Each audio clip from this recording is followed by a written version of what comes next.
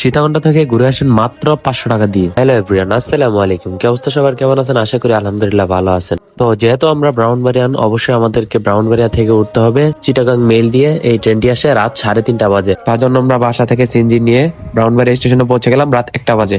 তারপর হালকা খিদে পেয়েছিল, তার জন্য নাস্তা পানি করার জন্য স্টেশন থেকে একটু বাইরে এলাম। এসে কয়েকটা পরোটা এবং চায়ের দোকান দেখতে পেলাম। এগুলোর মধ্যে আমরা হালকা পাতলা নাস্তাটা সেরে নিলাম। নাস্তা করার পরে দীর্ঘ 2-2.5 ঘন্টা আমাদেরকে স্টেশনে বসে থাকতে হয়েছিল। সো ফাইনালি মেল ট্রেনের দেখা পাওয়া গেলে মেল ট্রেন এখন এসেছে রাত 3:30 বাজে। এখন আমরা মেল ট্রেনের মধ্যে উঠে গেলাম। ওঠার পরে দেখলাম মেল ট্রেনের মধ্যে একটা সিটও খালি নাই। কিছু করার নাই, সবই কপালে। এখন আমাদেরকে দাঁড়িয়ে যেতে হবে দীর্ঘ 4.5 ঘন্টার জার্নি। ফার্স্ট অফ অল আমাদের শহরে সবার শরীর আলহামদুলিল্লাহ ভালো ছিল, তবে ট্রেনের মধ্যে কিছুক্ষণ পরে আমার এত জ্বর উঠছিল, আমার সাথে যে এরকমটা হবে সেটা আমি আশা করতে পারি নাই। সো আল্লাহ করে ওইখানে যে সীতাকুণ্ড স্টেশনে যাওয়ার পরে আলহামদুলিল্লাহ নাস্তা পানি করার পরে আমার সাথে একজন আমাকে কয়েকটা ওষুধ দিয়েছিল, সেগুলো খেয়ে আলহামদুলিল্লাহ আমি সবগুলো স্পট ঘোরার মতো সক্ষমতা ফিরে পেয়েছি আলহামদুলিল্লাহ।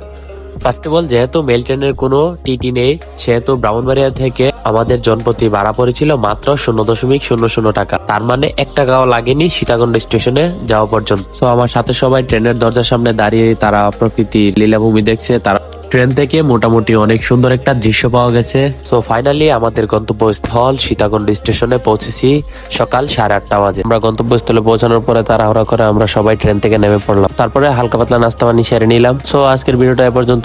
সেকেন্ড ব্লগ আসতেছে চন্দ্রনাথ পাহাড় নিয়ে, থার্ড ব্লগ আসতেছে সুপ্তধারা ঝর্ণা নিয়ে। ফেসবুক থেকে দেখলে পেজটাকে ফলো দিয়ে রাখবেন, ভালো লাগলে লাইক কমেন্ট শেয়ার, অবশ্যই চ্যানেলটাকে সাবস্ক্রাইব। এবং সো যারা যারা ইউটিউব চ্যানেল থেকে দেখছেন তারা প্লিজ সাবস্ক্রাইব করে নেবেন, এবং যারা ফেসবুক থেকে দেখছেন ওরম দুরুম লাইক কমেন্ট শেয়ার এবং পেজটিকে ফলো করে রাখবেন।